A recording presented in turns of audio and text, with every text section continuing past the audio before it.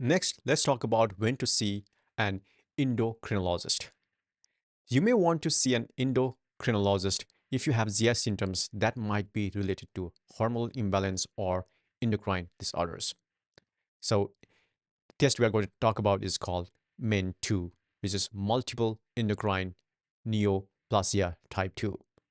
So, if you have symptoms suggesting MEN2, such as unexplained constipation along with other systemic symptoms, then this test is run to identify this condition, presenting with constipation among other systemic symptoms.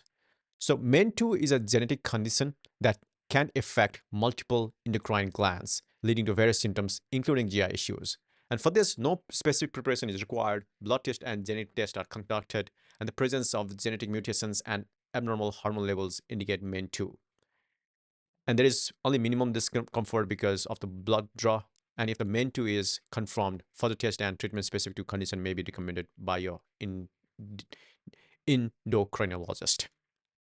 So again, hormonal imbalances, endocrine disorders could also lead to chronic constipation.